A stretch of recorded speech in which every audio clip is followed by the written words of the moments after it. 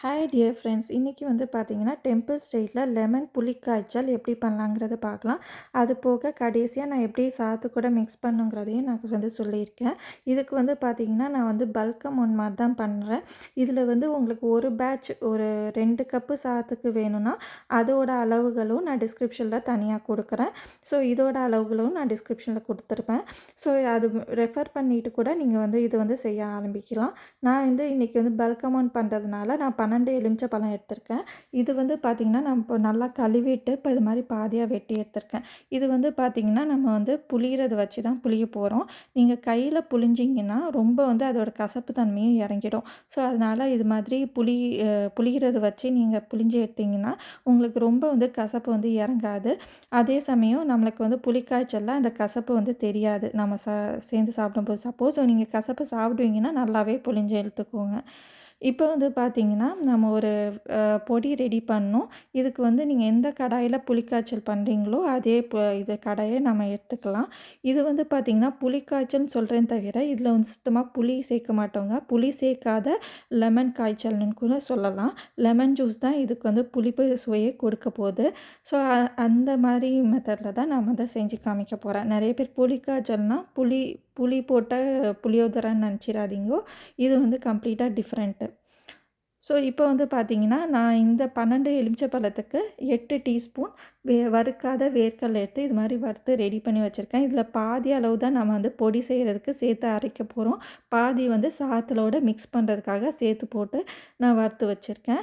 இப்போ வந்து பார்த்திங்கன்னா அது வறுத்தது தனியாக ஒரு பவுலில் எடுத்துக்கோங்க வேர்க்கடலையை. இப்போ வந்து அதே கடாயில் 4 டீஸ்பூன் கொத்தமல்லி அதாவது மல்லி, அதாவது வரமல்லின்னு சொல்லுவாங்கள்ல, அந்த மல்லி விதை அதையும் வந்து சேர்த்துக்கலாம். அதுக்கப்புறம் 4 டீஸ்பூன் மிளகு, 2 டீஸ்பூன் வெந்தயம், 4 டீஸ்பூன் ஜீரகம். அதுக்கப்புறம் வந்து பார்த்திங்கன்னா வரமிளகாய் எடுத்துக்கணும். வரமிளகாய் வந்து நான் 12 எலுமிச்சை பழத்துக்கு 16 மிளகாய் எடுத்திருக்கேன். உங்களோட மிளகாய் ரொம்ப காரமாக இருந்துச்சுன்னா இந்த 16 மிளகாவே போதும். சப்போஸ் உங்கள் மிளகாய் வந்து மீடியம் காரம் தான் கொடுக்குது அப்படின்னு நினச்சிங்கன்னா 20 மிளகாய் போல் எடுத்துக்கோங்க. இன்னொரு வந்து ஓரளவு மீடியம் காரத்தில் தான் நான் செய்யவே போகிறேன். ஸோ அதனால நான் 16 மிளகாய் எடுத்திருக்கேன். ஸோ இதுக்கப்புறம் வந்து பார்த்திங்கன்னா இதையும் ஆட் பண்ணிவிட்டு நம்ம வந்து கடலைப்பருப்பு 4 டீஸ்பூன் வந்து ஆட் பண்ணணும். கடலைப்பருப்பும் ஆட் பண்ணிக்கோங்க. இது வேணால் முன்னாடியே கூட நீங்கள் ஆட் பண்ணலாம். ஸோ இப்போ எல்லாத்தையும் வந்து நம்ம ஆட் பண்ணியாச்சு. இதை வந்து பார்த்திங்கன்னா நல்லா வறுத்து எடுக்கணும். கொஞ்சம் மீடியம்லேருந்து லோ ஃப்ளேம் அது மாற்றி மாற்றி வச்சு நீங்கள் வந்து வறுத்து எடுத்துக்கலாம். கொஞ்சம் லைட்டாக வந்து கலர் சேஞ்ச் ஆகணும். அதே சமயம் அதோட அரோமா வந்து வரணும். அதாவது அந்த ஒரு வாசனை வந்து வரணும். ஸோ அந்த அளவுக்கு நம்ம வந்து வறுத்து எடுக்கணும். இது வந்து வறுக்கிறதுல தான் இருக்குது. ரொம்பவும் வந்து ரா ஸ்மெல்லில் வந்து வறுத்து எடுத்துடக்கூடாது. ஸோ இப்போ நம்ம கடலை வந்து பார்த்திங்கன்னா நீங்கள் இது மாதிரி ரோஸ்டட் கடலை வச்சுருந்தீங்கன்னா வறுக்கவே தேவையில்லை. நான் வந்து ரா பீனட்ஸ் அதாவது பச்சை கடலை வச்சுருந்ததுனால நான் வந்து இது மாதிரி வறுத்து எடுத்திருக்கேன். இது வந்து ஆற வச்சுட்டு ஒன்று சாப்பிட்டு பாருங்கள் கரெக்டாக வறுத்துருக்கோமா இல்லையான்னு. எனக்கு வந்து கரெக்டாக வறுபட்டுருக்கு. இதில் இப்போ அந்த பாதி அமௌண்ட் வந்து நான் சாதத்துக்காக தனியாக பிரித்து வச்சுருக்கேன். இப்போ இதையும் வந்து நம்ம நல்லா வறுத்துட்டு இது வந்து அந்த பவுலில் வந்து மாற்றி எடுத்துக்கலாம். இப்போ இந்த இந்த வேர்க்கடலை இந்த இதுலேயே நான் எல்லாத்தையும் மாற்றி எடுத்து வச்சுருக்கேன். ஸோ அதையும் நல்லா ஆற விட்டுட்டு நம்ம பொடி பண்ணி எடுத்துக்கணும். இப்போ வந்து பார்த்திங்கன்னா கருவேப்பிலை அளவு நான் எவ்வளோன்னு சொல்கிறேன். இந்த 12 எலுமிச்சை பழத்துக்கு 4 ஸ்டெம் கருவேப்பிலை இலை அந்த அளவுக்கு தேவைப்படும். அதாவது 4 இனுக்குன்னு சொல்லுவாங்கள்ல, ஸோ அந்த மாதிரி. ஸோ அவ்வளோ தேவைப்படும். இதோட அளவுகளும் ரொம்ப முக்கியங்க. அதனால் நான் காமிச்சிருக்கேன். ஸோ இப்போ திரும்பவும் கடாயை நம்ம பற்ற வச்சுக்கலாம். அதுக்குள்ளே வந்து பார்த்திங்கன்னா நான் நல்லெண்ணெய் ஊற்றி வச்சிடுறேன்.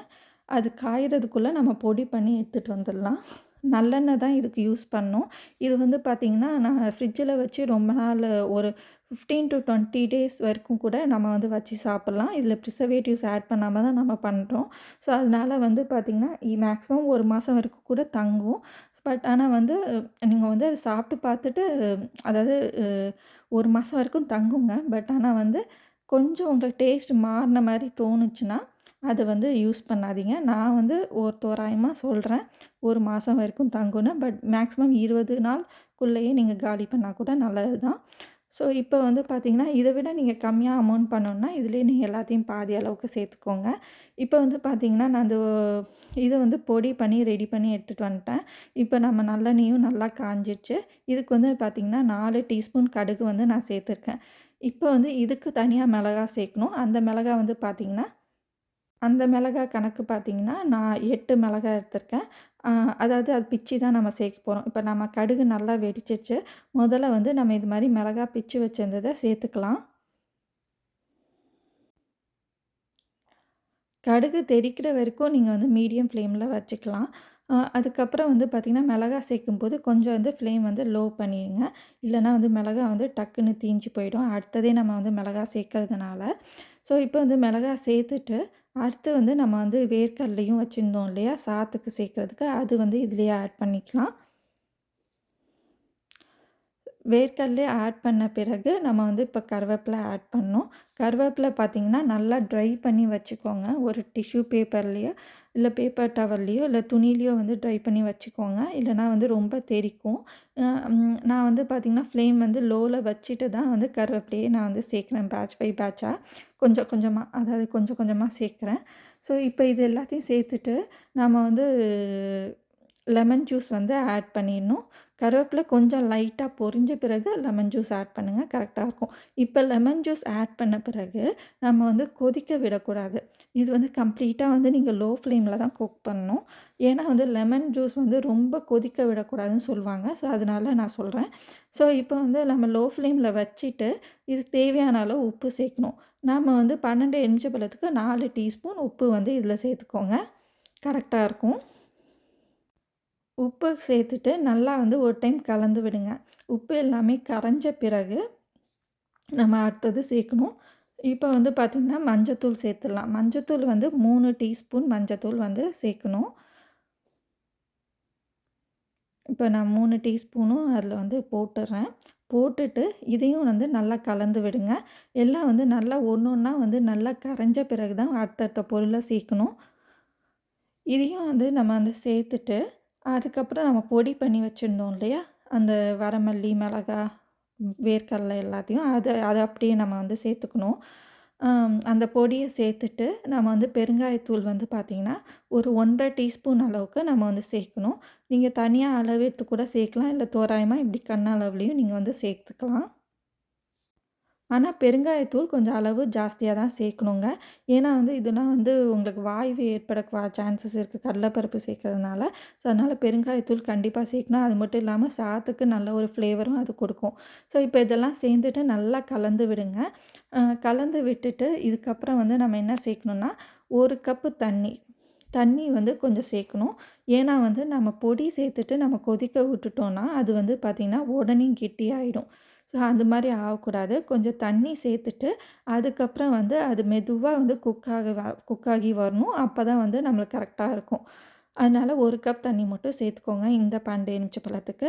அதுக்கப்புறம் வந்து பார்த்தீங்கன்னா, வெல்லப்பொடி ஜாகரி பவுடர் அது வந்து 4 டீஸ்பூன் சேர்க்குறேன். இது கம்ப்ளீட்டா ஆப்ஷனல் தான். உங்களுக்கு வேணும்னா சேர்த்துக்கோங்க. இது வந்து டேஸ்ட் வந்து தூக்கி கொடுக்கும். ஸோ அதனால வந்து நம்ம சேர்க்குறது. ஸோ இதையும் சேர்த்துட்டு நல்லா கலந்தாச்சு. இப்போ எல்லாத்தையும் சேர்த்தாச்சுங்க. நம்மளோட புளிக்காய்ச்சலுக்கு தேவையான எல்லாமே சேர்த்தாச்சு. இப்போ வந்து பார்த்தீங்கன்னா, இது கம்ப்ளீட்டா நம்ம வந்து நல்லா கொதிச்சு பாதி தூரம் வரைக்கும் வத்தி வரணும். ஸோ அந்த அளவுக்கு வத்தி வந்த பிறகு அதே சமயம் டேஸ்ட்டும் வந்து வரணும். வந்த பிறகு நம்ம வந்து ஸ்டவ் வந்து ஆஃப் பண்ணிக்கலாம். இப்போ வந்து அது வந்து எந்த ஃப்ளேம் ஸ்பீடில வந்து கொதிக்க விடணும்னு பார்த்தீங்கன்னா, மீடியம் ஃப்ளேம்லேருந்து லோ ஃப்ளேம்க்கு நடுவுல வச்சுக்கணும். ரொம்பவும் லோ ஃப்ளேமில வச்சிங்கன்னா கொதியே வராது. அதே சமயம் மீடியம் ஃப்ளேமில வச்சிங்கன்னா, லெமன் ஜூஸ் சேர்த்துக்கிறதுனால ரொம்பவும் கொதிக்க விடக்கூடாது. ஸோ அதனால் மீடியம் அது நடுவுல வச்சு நீங்க வந்து பண்ணிங்கன்னா கரெக்ட்டா இருக்கும். ஸோ வந்து பார்த்தீங்கன்னா, கொஞ்சம் ரொம்ப கொதி வருது, தெறிக்கிற மாரி இருக்குன்னா, கம்ப்ளீட்டா லோ பண்ணிக்கோங்க. அப்போ மட்டும் கொஞ்சம் நேரம் லோ பண்ணிக்கோங்க. திரும்பவும் நடுவுல வச்சுக்கோங்க. ஸோ இப்போ வந்து இது மாரி செஞ்சு பாதி தூரம் வத்தி நம்மளோட லெமன் புளிக்காய்ச்சல் சூப்பரா ரெடி ஆயிடுச்சுங்க. இத கம்ப்ளீட்டா ஆற விட்டுருங்க. கரெக்ட்டா நம்ம சேர்த்துருக்க அளவ விட பாதி தூரம் வர வரைக்கும் நம்ம வந்து கொதிக்க விட்டு இறக்கணும். ஸோ இதுதான் வந்து ப்ரொசீஜர். நீங்க லைட்டா டேஸ்ட் பண்ணி பார்த்தீங்கனாலும் உங்களுக்கு தெரியும் அதோட டேஸ்ட் வந்து புளிக்காய்ச்சல் நல்லா மாரி புளிக்காய்ச்சல் மாரி இருக்கும். சூப்பரா இருக்கும். ஸோ அதுக்கப்புறம் வந்து பார்த்தீங்கன்னா, நான் ஒரு 2 கப்பு அரிசி வந்து இது மாரி வடிச்சு எடுத்துட்டு வந்திருக்கேன். இதில வந்து பார்த்தீங்கன்னா, நான் ஆல்ரெடி அரிசி வேக விடும்போதே ஒரு 2 டீஸ்பூன் உப்பு சேர்த்துருக்கேன்.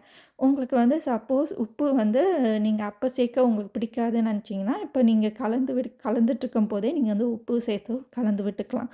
அப்படியும் பண்ணிக்கலாம். நான் வந்து 2 கப்பு சாதத்துக்கு வந்து 5 ஸ்பூன் இந்த ஸ்பூன் அளவுக்கு 5 ஸ்பூன் அளவு நான் காய்ச்சல் சேர்த்துட்டு இது மாரி மிக்ஸ் பண்ணி எடுத்துக்கிறேன். 2 கப்பு பாஸ்மதி ரைஸ்ல பண்ணியிருக்கேன். நீங்க வந்து பச்சரிசில கூட பண்ணலாம். சூப்பரா இருந்துச்சுங்க. சும்மா சொல்லக்கூடாது. டெம்பிள் ஸ்டைல்லே இருந்துச்சு சொல்லலாம். ஸோ லெமன் புளியோதரை காய்ச்சல். ஸோ இது வந்து பார்த்தீங்கன்னா, கண்டிப்பா நீங்க ஒரு 20-25 டேஸ் இல்ல மேக்ஸிமம் 1 மந்த் வரைக்கும் நீங்க ஃப்ரிட்ஜில ஒரு கிளாஸ் ஜார்ல போட்டு அப்படியே வந்து ஸ்டோர் பண்ணிக்கலாம். ஸ்டோர் பண்ணி அப்பப்போ யூஸ் பண்ணிக்கோங்க. அண்ட் இந்த வீடியோ உங்களுக்கு பிடிச்சிருந்தா லைக் பண்ணுங்க, ஷேர் பண்ணுங்க, கமெண்ட் பண்ணுங்க. மறக்காம சப்ஸ்கிரைப் பண்ணிக்கோங்க ஃப்ரெண்ட்ஸ். Thank you. இன்னொரு வீடியோல பார்க்கலாம்.